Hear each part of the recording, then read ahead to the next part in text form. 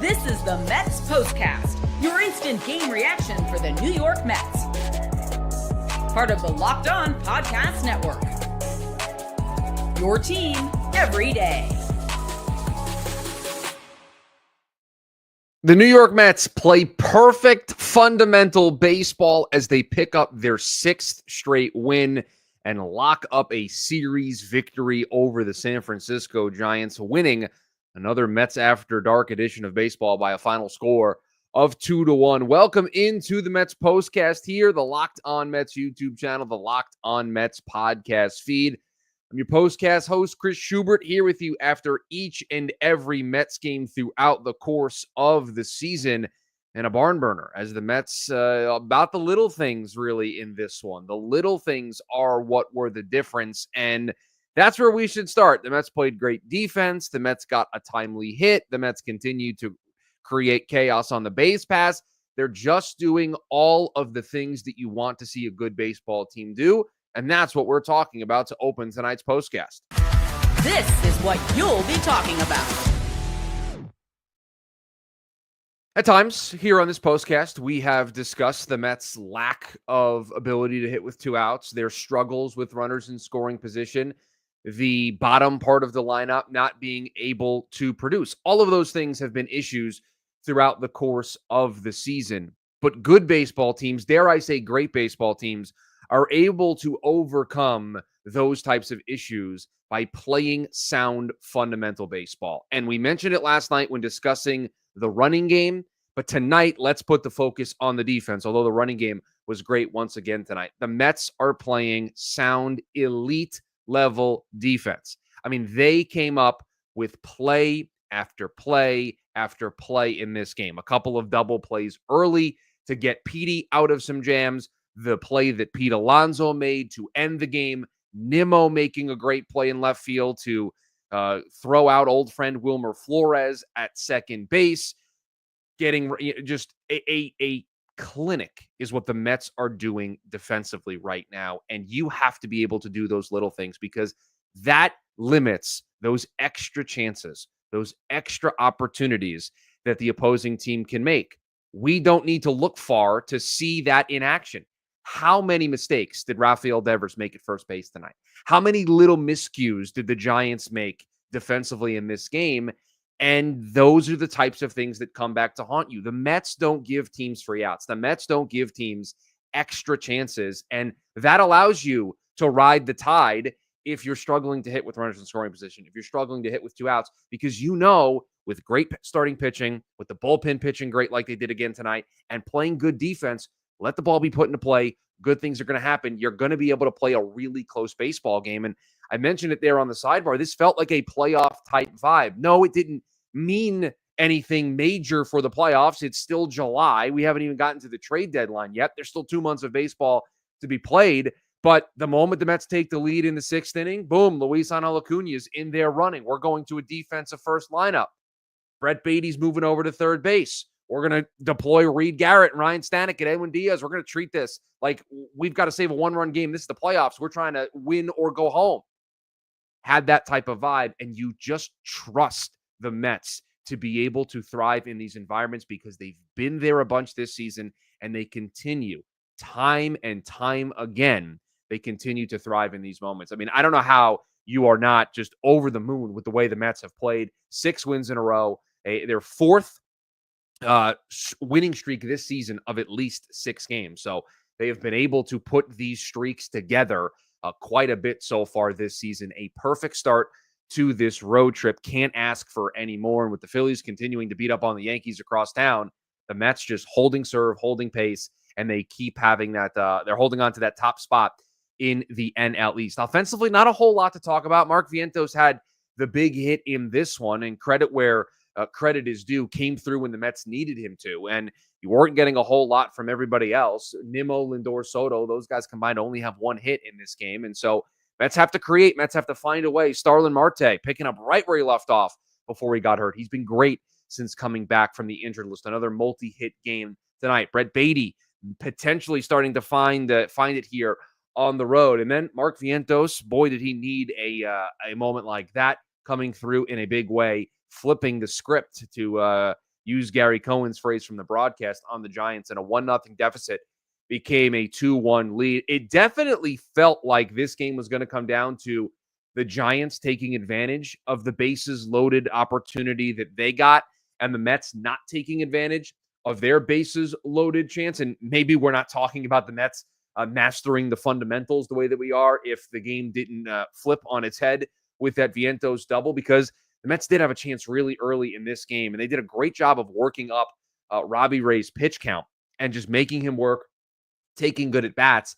And the fourth inning rolls around. It's a 0-0 game. Petey's working out of trouble. Robbie Ray's working out of trouble. And then in the fourth inning, Pete gets on with a single. Marte doubles. Beatty reaches on an infield single. My guess is that's going to change to another Devers error. There were 2 errors in the game in total right now. I think that'll probably change to 3 here at some point. And so now you're looking at bases loaded, nobody out, and Vientos comes up. He strikes out swinging. Alvarez grounds into a double play. And it just feels like, oh, that was the chance. They had Robbie Ray. They had the Giants on the ropes. Boy, is that going to come back to haunt them. And then immediately in the next inning, it's the Giants who load the bases in the bottom of the fourth, and they are able to scratch the run. And you just feel like with how tight the game was up until that point and the way it continued to be, boy, did it feel like that was going to come back to haunt the Mets. It didn't. Mark Vientos was able to be the big hero. And again, the Mets just played super sound fundamental defense in this game, and they just don't make mistakes. They don't make mistakes on the base paths with stealing bases, up to 26 in a row now. They don't make mistakes defensively. They make plays that they shouldn't make. Pete's just been a vacuum over there at first base. And these are the types of things that if you want this team, or if you expect this team to go far into August, into September, and into October, man, those are the things you have to be excellent at. And it is very fair to say right now that the Mets are excellent defensively. Just some elite level defense. Gold gloves across the board in this one. Let's talk about David Peterson's performance. The other stuff to keep an eye on. We'll preview tomorrow's matchup. It does feel like a pretty good one for the Mets when you see the way that the pitching breaks down. All of that and your thoughts here on the other side. Maybe you've decided last minute you want to head to a ball game with friends or family, or it's game day and you suddenly realize, you know what? I've got that free time. I want to be in the stands. Well, that's exactly where Gametime comes in. The easiest way to grab last minute tickets without the stress. With the money that you save on tickets, you can splurge on food, drinks. You want to pick up that jersey, or perhaps you want to invite a bigger group to come with you. Gametime makes it possible because they make buying tickets fast and simple. Prices on the app actually drop closer that you get to first pitch. They've got incredible last-minute deals, clear seat views, and a lowest price guarantee that takes the worry out of buying. Are you tired of endlessly scrolling to find the best deal? Gametime's got zone deals that pick the best seats in your section for you. My favorite feature, the seat view. I can't tell you how many times, whether it's a ball game or a concert or something, that I use that seat view feature to see exactly where those tickets will end up being before I buy. I'll know exactly where I am sitting. Take the guesswork out of buying tickets with Gametime. Download the Gametime app, create an account, and use code LOCKEDONMLB for $20 off your first purchase. Terms apply. Again, create an account and redeem the code LOCKEDONMLB for $20 off. Download the Gametime app today. Last minute tickets, lowest prices guaranteed. Today's episode is brought to you by Gameday Hue. Makes clean, no logo gear with team-inspired colorways for every pro and college fan base. It is all about letting your colors speak for you. No giant logos, just smart, versatile style that works on game day, on the course, or anywhere in between. Pairs up with your usual gear. Doesn't replace your Mets gear, your team logos gear. Just adds to the lineup. And it's not just hats. Check out their split shade gloves made for the golf course, or the perfect gift for the fan who has everything. Right now, you can get 15% off with code MLB15 at GamedayHue.com. That's GamedayHue.com. The code even stacks on bundle deals. So now is the time to load up. Let your colors talk, because colors speak louder than words. That's GamedayHue.com, code MLB15. Back here on the Mets Postcast, the Mets After Dark edition of the Mets Postcast here on the Locked On Mets YouTube channel, the Locked On Mets podcast feed. Chris Schubert with you, recapping the Mets' sixth straight victory as they defeat the Giants 2-1. It was David Peterson on the mound for the New York Mets, and It was another David Peterson start where he goes 6 innings for the Mets. He seems to be the only starter these days that is able to do that for New York, allows 1 run. It just continues to allow 2 runs or fewer in all of his starts, picked up his 7th win through 91 pitches, and kind of a magic trick tonight for David Peterson. Not exactly the same as Clay Holmes last night, but David Peterson had to work out of trouble. The defense certainly bailed him out in the first inning, bailed him out in the second inning. He gave up 8 hits in this one, and he worked around those jams very well. He just continues to excel at that. He did not have his best stuff tonight. I mean, he was leaving that fastball up in the zone, just was missing up, and that led to some walks. He had 3 of them in this game, left the ball up in the zone for it to be crushed a little bit. Some really hard hit balls all across this game. The Giants hit the ball really hard against the Mets. Even Edwin Diaz in the 9th inning, that Jung-Hoo Lee double was absolutely smoked. That's a home run to tie the game in almost every other ballpark, I would imagine. I don't have StatCast up in front of me, but I think it was a 400-plus foot double. You'd have to imagine that would get out in some other parks. And so some hard hit balls that the Mets were able to work around. Again, you had Vientos made a nice play over at third. They got the double play there in the first inning. They got Wilmer to ground and do a double play when they needed it. And Pete made some great plays over at first base. Again, we mentioned the Nimmo play earlier, cutting off that ball in left field, throwing out Wilmer going to second base. Just a solid night for the defense, backing up their pitcher, David Peterson, again, who just continues to go out there, and he's just going to check the boxes for you. He's going to bring his lunch pail. He's going to go out there. He's going to give you 6 innings.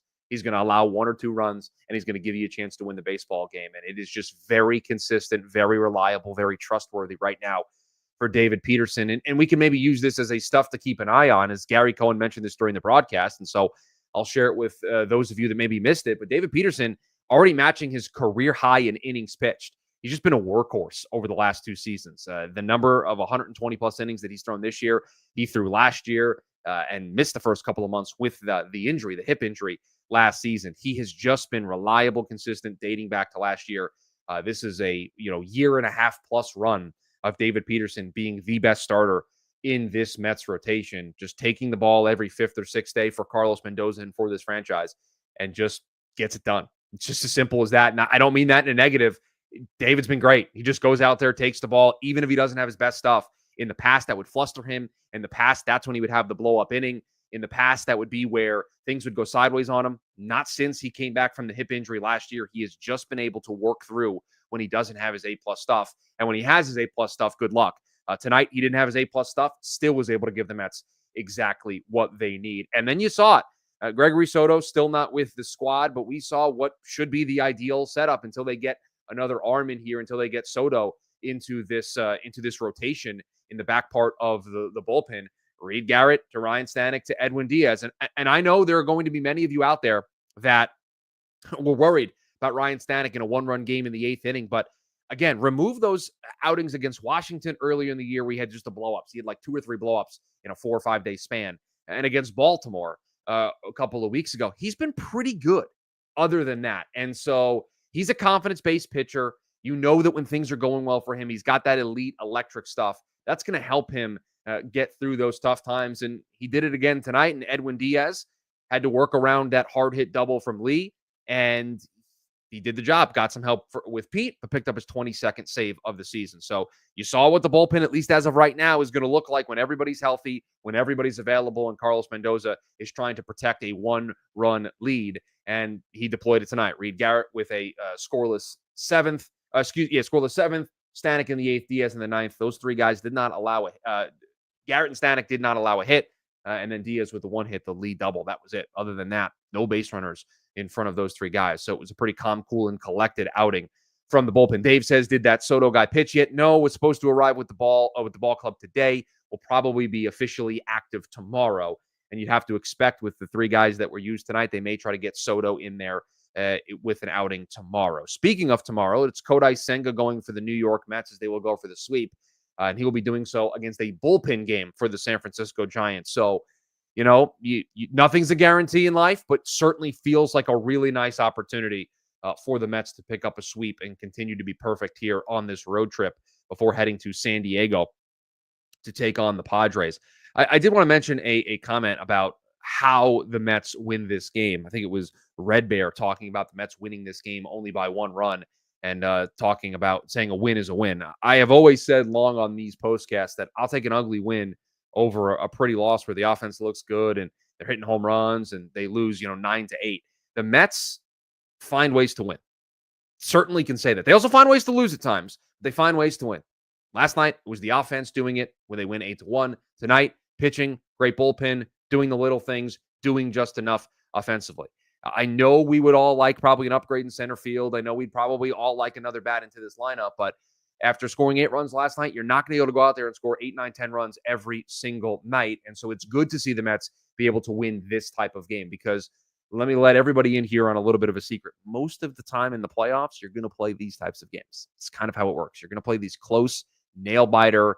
It's going to come down to one play here, one play there, one at bat here, one at bat there. That's going to make the difference in a game. And the Mets, they got the one at bat to go their way with Mark Vientos hitting that double in the 6th inning and then thriving in those late stage moments, which is what you need to do in the postseason. Vientos did that tonight for the Mets in that 6th inning. So yes, would I love the Mets to win 10-0 every day and make it super easy and not stressful? We don't have to, worry about one batter getting on base and immediately being into trouble. Sure, absolutely. I think we'd all love that, but it's not how the cookie crumbles when it comes to baseball. And the Mets picked up their 61st win of the season. So overall, things are going well. And JMU says the Mets need a balance because, these one-run games are just as important. That they all go into the record books the same as either a win or a loss. Doesn't matter how close the win is. Doesn't matter how much you blow the other team out. They all count the same. And again, winning those one-run games, most of the time it's luck-based, but sometimes you have to create your own luck. And as we mentioned last night, talking about the running game for the Mets are creating their own luck. They're doing it with their defense tonight. They've done it with the running game. Soto picked up his 14th stolen base. Another great night for him to pick up another base. That's a career high. We're just going to keep tallying on to that number. You'd have to think 20's on the table, maybe 25. That feels like maybe a bit of a stretch, but 20 is certainly on the table. The Mets are just not going to be stopped at any point when it comes to running the bases. No one has seemed to figure it out. So they're just going to continue to run at will until somebody is able to do it. That's going to do it for us here on the Mets Postcast. We got one more in this series against the Giants as the Mets will go for the sweep tomorrow. And as we mentioned, it is Kodai Senga on the mound for the Mets against a bullpen game for the Giants. So you would think advantage Mets, but that doesn't mean anything. You got to go out there and take care of business. And boy, would it feel good if the Mets could extend this winning streak to 7, take a sweep, and start this road trip absolutely perfect. You're not playing any slouches. You're playing a Giants team that's trying to stay relevant in the NL wildcard race, could potentially be buyers over the next couple of days. And then you're facing a San Diego Padres team that's holding on to one of those 3 spots in the NL wildcard race as it is. So these are not games against slouches. These are some really solid teams, some really solid competition. And it was a pitcher's duel tonight. Robbie Ray worked out of trouble just as well. You'd like seeing that the Mets win these pitcher's duels and got the job done tonight. The Mets have made it 6 in a row. They've locked up the series win against the San Francisco Giants, and they will go for the sweep tomorrow. We will be right back here on the Mets Postcast, the Locked On Mets YouTube channel, the Locked On Mets podcast feed, breaking it all down. If you are new here, please subscribe, turn on the notification bell so that you are notified when we go live here after each and every Mets game throughout the course of the season. For those of you listening to us in the podcast feed after the fact, we appreciate it. You want to come join us live, join us over on the Locked On Mets YouTube channel. The Mets keep on rolling 6 wins in a row. Tomorrow, they will go for 7. And it's Kodai Senga Day on the mound for the New York Mets. Have a good one, Mets fans.